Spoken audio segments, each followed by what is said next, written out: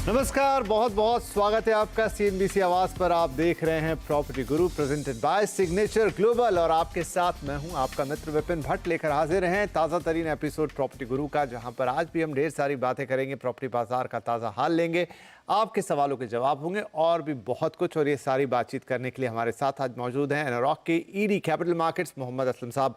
Sir, बहुत बहुत स्वागत है आपका प्रॉपर्टी गुरु में। और हमेशा की तरह पहले हम आपसे एक अपडेट लेते हैं मार्केट के बारे में और फिर हमारे दर्शकों के सवाल जवाब। तो इस वक्त बाजार की क्या हालचाल है सर? तो देखिए, मार्केट अच्छा चल रहा है, नो कंप्लेंट्स। अभी भी जितने भी आप डेवलपर से मिलिए pan India, they are happy. Sales अच्छी चल रही हैं।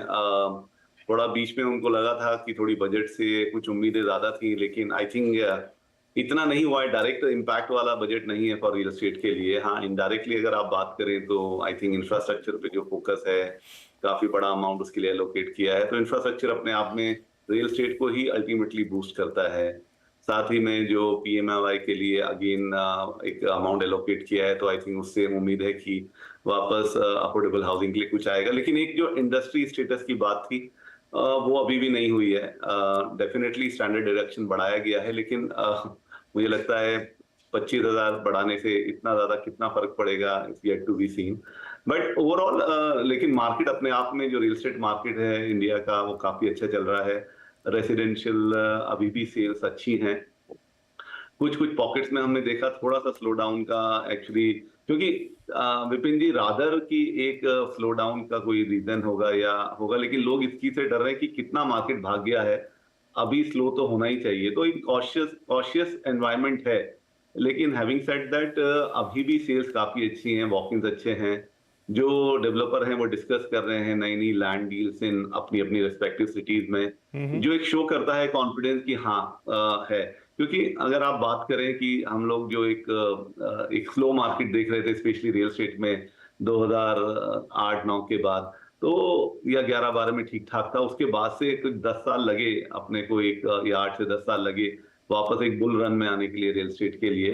तो थोड़ा विश्वास करना तो मुश्किल होता है कि ये चल कैसे रहा है और कितना चलेगा। जी। तो बस वही बात है। लेकिन मैं यही कहूंगा कि रियल एस्टेट मार्केट जब अच्छा नहीं कर रहा था, तब भी चीजें होती रही, काम होता रहा। अभी तो काफी अच्छा कर रहा है, तो वो काफी बूस्ट करता है कॉन्फिडेंस डेवलपर्स का। और क्योंकि बायर्स हैं मार्केट में और एंड यूज वाले बायर्स हैं, तो उसके चलते ओवरऑल मार्केट एक अच्छा काम कर रहा है, चाहे वो कमर्शियल हो, रिटेल, रेसिडेंशियल हो। डेफिनेटली अभी हम जो देख रहे हैं इंटरनेशनल लेवल्स पे, जहाँ पे US में जिस तरह की मंदी के संकेत हैं, उससे मुझे लगता है आने वाले दिनों में एक कॉशन वाला माहौल बनेगा। लेकिन अगर आप मुझसे आज से पिछले 3 महीने की बात करते हैं, तो मार्केट बेटर था। चलिए, बढ़िया है और यही सबकी इच्छा भी, दोनों के लिए विन विन सिचुएशन हो, खरीदार को अच्छे घर मिले, सही दाम पर मिले और डेवलपर्स के लिए उनकी सेल्स लगातार बनी रहे, वो समय पर डिलीवर कर जाए। तो अभी तक तो पिछले 2-3 साल से स्थिति कुछ ऐसी ही है, उम्मीद करते हैं आगे भी ऐसी चलेगी। और जो हमारे दर्शकों के सवाल भी आते हैं वो भी इसी और इशारा करते हैं कि अब उनका भी विश्वास थोड़ा बाजार पे बन रहा है। अपने लिए तो घर खरीद ही रहे हैं, लेकिन इन्वेस्टमेंट के लिए भी कई सवाल हमें पूछे जाते हैं। तो चलिए, आज भी सवाल जवाब के सिलसिले की शुरुआत करते हैं। एक गुप्ता है हमारे साथ, हमारे पहले कॉलर, जो कि राजधानी दिल्ली से कॉल कर रहे हैं। गुप्ता साहब, बहुत स्वागत है आपका प्रॉपर्टी गुरु में। क्या सवाल पूछना चाहेंगे आप? नमस्कार सर। नमस्कार सर, और असलम साहब को भी मेरा बहुत बहुत नमस्कार। जी जी। सर, मेरी एक प्रॉपर्टी है जो इंदिरापुरम में है।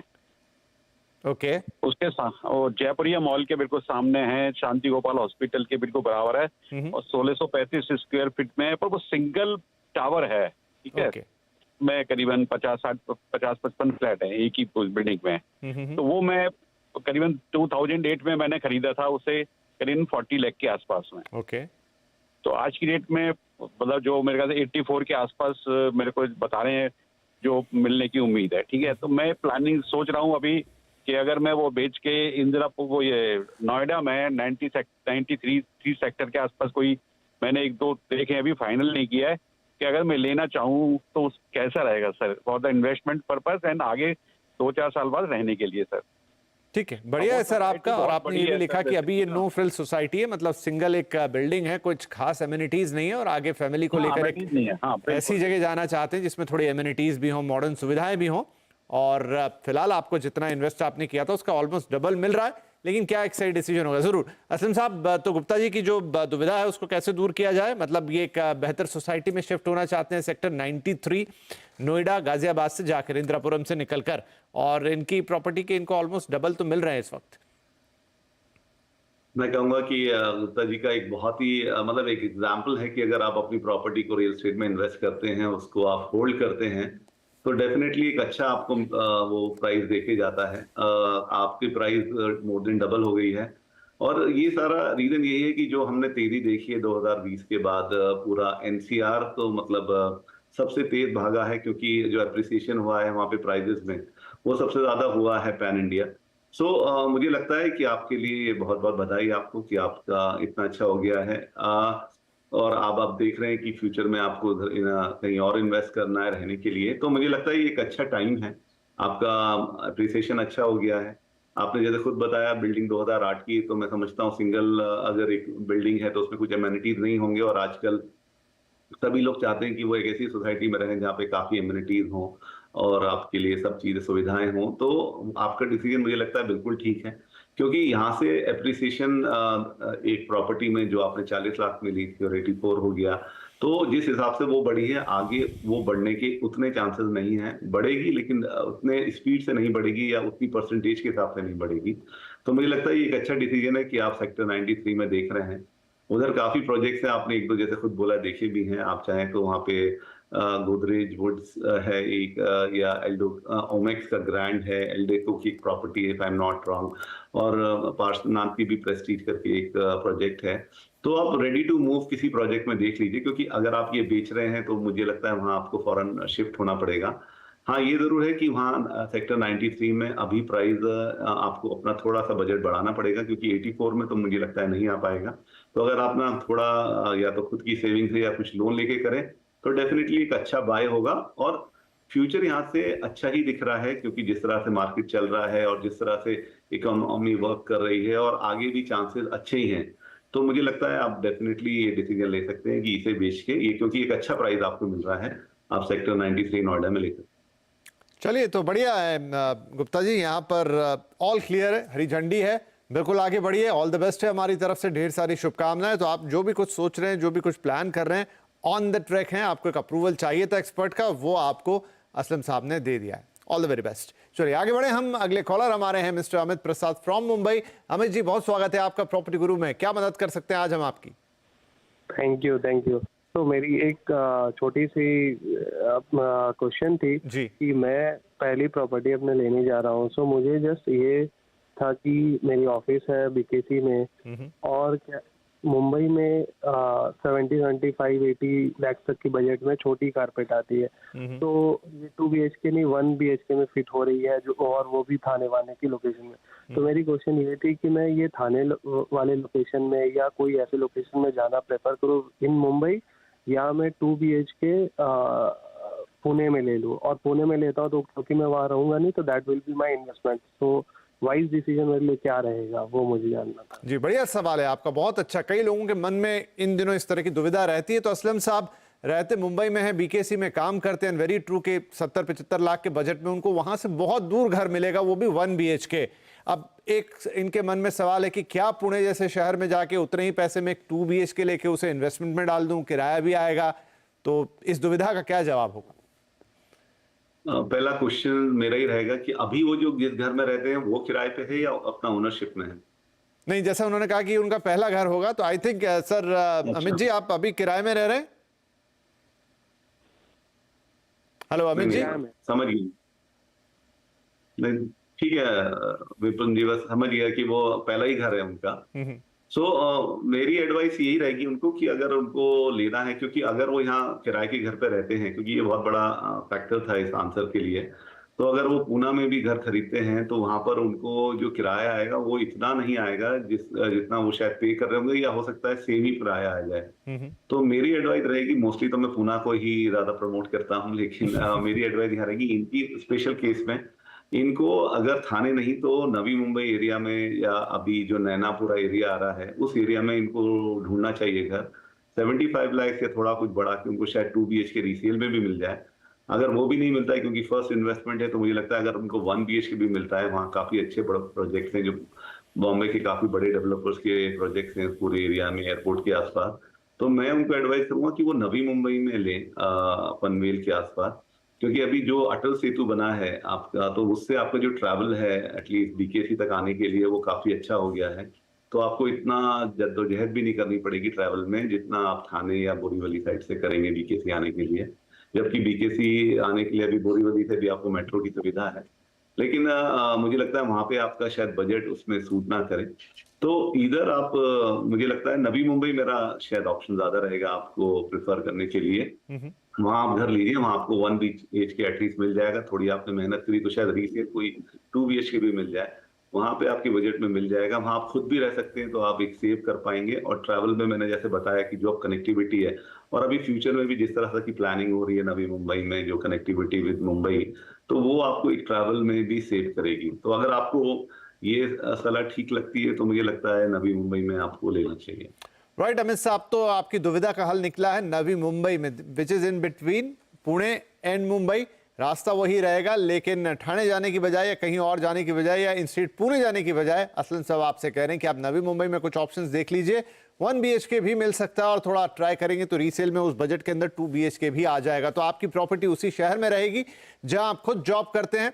कनेक्टिविटी, थोड़ा आपको ट्रैवल जरूर करना पड़ेगा, लेकिन कनेक्टिविटी इंप्रूव हो रही है लगातार, तो वो उतना दिक्कत वाला मामला नहीं होगा।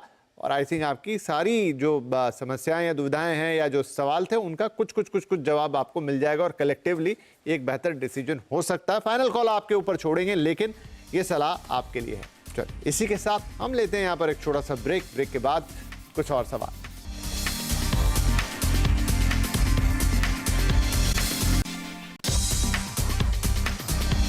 वेलकम बैक, आप देख रहे हैं property Guru, powered by, presented by signature global. और अब वक्त है कुछ और सवाल जवाब लेने का। तो चलिए आगे बढ़ते हैं। हमारे अगले कॉलर है शंकर दत्ता साहब, और असलम साहब हमारे साथ बने हुए हैं जो शंकर साहब को एडवाइस करेंगे। शंकर जी, अपना सवाल बताएं प्लीज। हाँ सर, मैं नवी मुंबई में एक घर लेना चाहता हूँ जो अभी जो अपकमिंग एयरपोर्ट है उससे नजदीक हो। ओके। अब तो ये एक्चुअली एयरपोर्ट किस जगह पे आ रहा है, और खारगर और पानवल से इसकी दूरी कितनी पे होगी?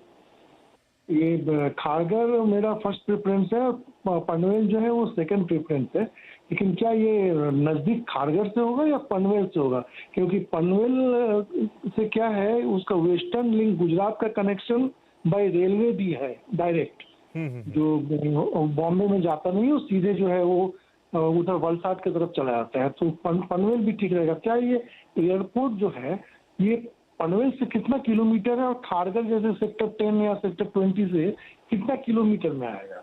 ठीक है सर, और चूंकि आप नागपुर से बोल रहे हैं और आपको एक मोटा हिसाब लगाना है कि भाई किस हिसाब से जगह को सिलेक्ट किया जाए। दोनों ही नवी मुंबई के इलाके हैं, लेकिन आपका प्रश्न वाजिब है कि आप उसमें रेल कनेक्टिविटी भी जोड़ रहे हैं, देख रहे हैं अपने हिसाब से। तो असलम साहब, क्या सही रहेगा शंकर जी के लिए, ये खारगर की तरफ रुख करें या प्रॉपर पनवेल और नया एयरपोर्ट प्लस रेलवे कनेक्टिविटी? नहीं, देखिए बिल्कुल, अगर आपका सवाल सिर्फ यही होता कि कौन पास रहेगा या क्या प्रेफर्ड रहेगा, अगर हम प्योरली डिस्टेंस पे बात करें तो पनवेल डेफिनेटली बेटर है, क्योंकि ये अपना एयरपोर्ट ही पनवेल में आ रहा है। खारगर से थोड़ा डिस्टेंस रहेगा, बट वो भी इतना डिस्टेंस नहीं है कि आपको कुछ चिंता करने की जरूरत हो। लेकिन आपका जो दूसरा इसमें एंगल है कि आपको वहां से स्टेशन से रेल कनेक्टिविटी गुजरात के लिए चाहिए, तो वो फिर डेफिनेटली आंसर पनवेल ही हो जाता है, क्योंकि आपकी दो चीजें वो मैच करता है कि एक तो आपको एयरपोर्ट के पास रहना है और दूसरा आपको कनेक्टिविटी तो गुजरात चाहिए। तो पनवेल ही बेटर है, क्योंकि फिर खारगर से वो थोड़ा आपके लिए दूसरा जो आपका ऑप्शन है वो दूर हो जाता है। तो मेरा व्यू इसमें रहेगा कि आप पनवेल में ले लीजिए। पनवेल काफी नवी मुंबई का एरिया काफी अच्छी तरह डेवलप हो रहा है, और वहाँ पे काफी अच्छे डेवलपर्स भी हैं। अगर आप उसका जानना चाहें तो सारे डेप्यूटी डेवलपर्स हैं वहाँ, चाहे हिरनंदानी हो, चाहे इंडिया बुल्स हो, मैराथन या साई वर्ल्ड सिटी, इन सब प्रोजेक्ट्स में कहीं पे भी आप अपने बजट के हिसाब से घर ले सकते हैं। तो पनवेल अपने आप में अच्छा है, और उसकी कनेक्टिविटी भी अब आपका मुंबई से भी बहुत अच्छी हो गई है अटल सेतु आने से। तो खारघर या पनवेल अभी इतना ज्यादा डिफरेंस या इतना ज्यादा डिफर नहीं करता है चीजें। अगर आप पनवेल में रहेंगे तो भी आपकी कनेक्टिविटी मुंबई से भी अच्छी रहेगी, आपकी गुजरात से भी रहेगी, और फिर डेफिनेटली एयरपोर्ट के पास आप हैं। ठीक है शंकर साहब, तो आई होप कि आपको आपके सवाल का जवाब मिल गया और आप यही जानना चाह रहे थे कि भाई इन दो लोकेशन में से बेस्ट कौन सी है जहां रेल कनेक्टिविटी, एयर कनेक्टिविटी सब कुछ हो जाए, तो दैट इज पनवेल। और कुछ अच्छे ऑप्शंस वहां पर आपको असलम साहब ने दे दिए हैं, तो शुभकामनाएं, प्लीज गो अहेड। चलिए आगे एक ईमेल है हमारे पास और ये भेजा है हमें राहुल साहब ने पुणे से। ये पूछ रहे हैं कि एक प्रोजेक्ट ये देख रहे हैं टुलिप अवाना पुणे वाले लोकेशन में, और एक 2 BHK है, 796 स्क्वायर फीट इसका कारपेट है, 1 करोड़ इसका ओवरऑल प्राइस है और पोजीशन इनको मिल जाएगा दिसंबर 2026 में। जस्ट ये असलम साहब इस प्रॉपर्टी के बारे में जानना चाहते हैं कि क्या ये अच्छी प्रॉपर्टी है in terms of quality, builder, everything, और कैसा अप्रिसिएशन भविष्य में दे पाएगी? नहीं, अच्छा है।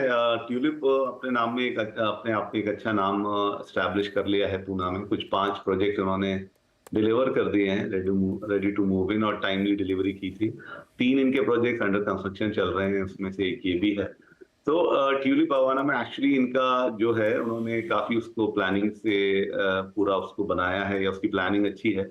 उसमें से मेन एक अट्रैक्शन यही है उसमें कि 50% रिन्यूएबल एनर्जी है। सो आपका जो मेंटेनेंस है वो थोड़ा कम हो जाता है। और काफी उन्होंने एमिनिटीज के लिए काफी बड़ा एरिया छोड़ा है, अराउंड 79,000 स्क्वायर फीट में एमिनिटीज प्लान की हुई है। सो ओवरऑल उन्होंने ध्यान रखा है कि एक अगर बायर वहां आता है तो उसको क्या चीजें लगती हैं। तो जो सबसे बड़ा एक मिडिल क्लास इनकम या अपर मिडिल क्लास इनकम वाले लोगों को मेंटेनेंस के लिए ज्यादा वो रहता है कि क्या अपना मेंटेनेंस रहेगा, तो उन्होंने एक इस चीज के लिए प्लान किया है। डेफिनेटली नो पैरामीटर 1 करोड़ में आप अपर मिडिल क्लास या मिडिल क्लास में कहलाए जाएंगे। लेकिन फिर भी मेंटेनेंस एक ऐसी चीज होती है जो सब ध्यान रखते हैं कि कितना आ रहा है, तो ये उन्होंने एक ध्यान रखा है। इसके अलावा 1 करोड़ की वैल्यू है, तो उसके हिसाब से उन्होंने एमिनिटीज के लिए प्लान किया है। तो आपको एक बड़ा एरिया दिया है जहां एमिनिटीज है, तो आपको वर्थ लगे अपना जो आप इन्वेस्टमेंट कर रहे हैं। Regarding future appreciation and future of Punawale, definitely Poona का एक बहुत ही सॉर्ट आफ्टर एरिया है, वेस्टर्न पार्ट ऑफ पुणे में आता है, तो आपकी कनेक्टिविटी मुंबई से काफी अच्छी हो जाती है। एक्सप्रेस वे बिल्कुल पास में ही है। सो अभी जो पूरा वेस्टर्न पार्ट ऑफ पूना है वो काफी अच्छा कर रहा है। और उसका रीजन यही है कि जो भी मुंबई में डेवलपमेंट हो रहे हैं, अटल सेतु आने के बाद आपका एयरपोर्ट प्लान हो गया है पनवेल का, जो कि बहुत जल्दी ऑपरेशनल हो जाएगा। इसके अलावा जो लोनावला घाट में जो मिसिंग लिंक है वो बनने के बाद आपका जो ट्रैवल टू मुंबई है उसमें काफी टाइम कट हो जाएगा, और प्लस जो एक ट्रैफिक की समस्या थी वो भी काफी हद तक सुलझने की अपेक्षा है। तो मुझे लगता है कि ओवरऑल वेस्टर्न पार्ट पुणे अच्छा कर रहा है, उसमें पुनावले एक बहुत ही सॉर्ट आफ्टर लोकेशन है।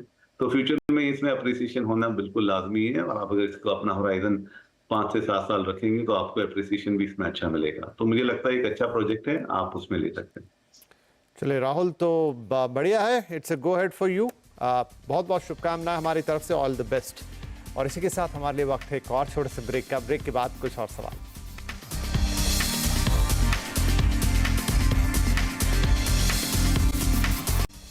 Welcome back. CNBC आवाज पर आप देख रहे हैं property Guru presented by signature global, और कार्यक्रम के अंतिम चरण में है। असलम जी हमारे साथ बने हुए हैं, समय थोड़ा कम रहेगा इसलिए फटाफट एक ईमेल ले लेता हूं जो कि हमें भेजा है विभा जी ने नोएडा से, और आप पूछना चाहती हैं कि एक प्रोजेक्ट आप देख रही हैं एस पार्कवेज, लोकेशन है सेक्टर 150 नोएडा, साइज है 2 BHK, प्राइस इस वक्त ऑलमोस्ट 1 करोड़ के आसपास है, और पोजीशन इनको मिलेगा अप्रैल 2025 से। अब असलम जी सवाल ये है, इनका कहना है कि इस लोकेशन में करीब 2-1 साल पहले 2022 दिसंबर के आसपास इन्होंने जब इंक्वायरी की थी तो यही इसी तरह की प्रॉपर्टी 65 लाख के आसपास अवेलेबल थी, बट ऑलमोस्ट डबल हो गया है भाव वहां से। तो क्या इस भाव पे लेना ठीक है, और आगे अगर इस भाव पे लेते भी हैं तो कितना स्कोप है कि यहां से कीमतें और बेहतर होंगी और उन्हें थोड़ा एप्रिसिएशन भी मिल पाएगा? विपिन जी, देखिए वो अभी हमने बात ही की कि एनसीआर में प्राइजेस काफी तेजी से भागे हैं, क्योंकि सबसे अर्लियर सबसे लीस्ट वहाँ पे परफॉर्मेंस होती थी real estate as a industry की। लेकिन अपना कोविड के बाद काफी अच्छा वहाँ पे आया है और काफी लोगों ने खरीदा है। तो वही है कि डिमांड काफी बड़ी है, तो उससे सप्लाई जितनी कम होती गई आपकी प्राइजेस बढ़ते रहे। लेकिन अगर बिल्कुल बात करें, क्योंकि एस पार्कवे में ही अगर उन्होंने देखा होगा तो वहाँ पे उसके रीजन है, क्योंकि काफी अच्छा प्रोजेक्ट है। कुछ 40 एकर्स में है फैला हुआ, और 3 साइडेड कॉर्नर प्लॉट है। काफी अच्छी कनेक्टिविटी है यमुना एक्सप्रेसवे से या दिल्ली एनसीआर से, और काफी लो डेंसिटी है, मतलब अराउंड मेरे ख्याल से 80-85 अपार्टमेंट्स हैं पर एकड़। तो काफी उन्होंने एमिनिटीज वगैरह काफी अच्छी दी हैं। कुछ स्विमिंग पूल्स हैं जो आपके इंडोर स्विमिंग पूल हैं जहाँ पे आप टेम्परेचर कंट्रोल कर सकते हैं। सो ये सब चीजें प्लस गौरी खान ने डिजाइन की, तो आप समझ सकते हैं कि प्राइजेस, अगर एस पार्कवे की बात कर रहे हैं तो प्राइजेस डेफिनेटली डबल हुए होंगे। लेकिन उस एरिया में और भी काफी प्रोजेक्ट्स हैं जहाँ पे इतनी तेजी से भाव नहीं बढ़े हैं। ये एक बहुत अच्छा प्रोजेक्ट है, आपकी चॉइस अच्छी है, अगर आपको पसंद तो डेफिनेटली लेना चाहिए, क्योंकि इन सब प्रोजेक्ट से प्राइजेस आगे भी बढ़ते हैं। तो वैसे तो फ्यूचर काफी अच्छा दिख रहा है पूरे ओवरऑल रियल एस्टेट इंडस्ट्री का। और अगर आप प्राइस की बात करेंगे तो आप मेरे को इसमें लेने में या आपको एडवाइस देने में कि इस प्रोजेक्ट में आपको लेना चाहिए, क्योंकि अगर जिस तरह से प्राइस इसमें और कंपैरेटिवली सबसे ज्यादा भागे तो आगे भी यही ट्रेंड रहेगा। फ्यूचर में अगर आप उसको ना रह के रेंटल पे भी देंगे तो आपको और प्रोजेक्ट से अच्छे रेंटल्स मिलेंगे, क्योंकि जो एमिनिटीज मैंने आपको बताई है, ऐसी एमिनिटीज बहुत लोग प्रेफर करते हैं और उसके लिए ज्यादा रेंटल देने के लिए रेडी रहते हैं। तो बोथ वेज आपका एप्रिसिएशन प्लस आपका रेंटल लीड दोनों के लिए ये प्रोजेक्ट अच्छा साबित हो सकता है, तो इसमें लेने में कोई बुराई नहीं है।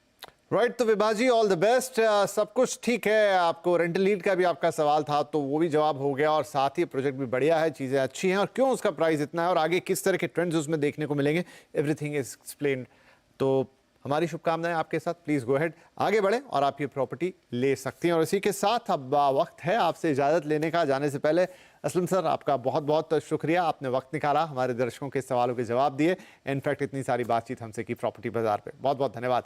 और सभी दर्शकों का भी शुक्रिया, आप हमेशा हमें लिखते हैं, हमें अपने मेल्स भेजते हैं, मैसेजेस भेजते हैं, थैंक यू वेरी मच। तो इसी तरह आप अपने संदेश भेजते रहिए, अपनी क्वेरीज, अपने सवाल। कोशिश यही रहती कि अच्छे से अच्छा समाधान उनके लिए हो, ताकि आप ये डिसीजन रियल एस्टेट के अंदर जो जीवन के one of the biggest decisions में से एक रहता है, अच्छे से ले पाएँ, बढ़िया से ले पाएँ। तो ऑल द बेस्ट, और अगले हफ्ते फिर मुलाकात होगी, तब तक के लिए नमस्कार।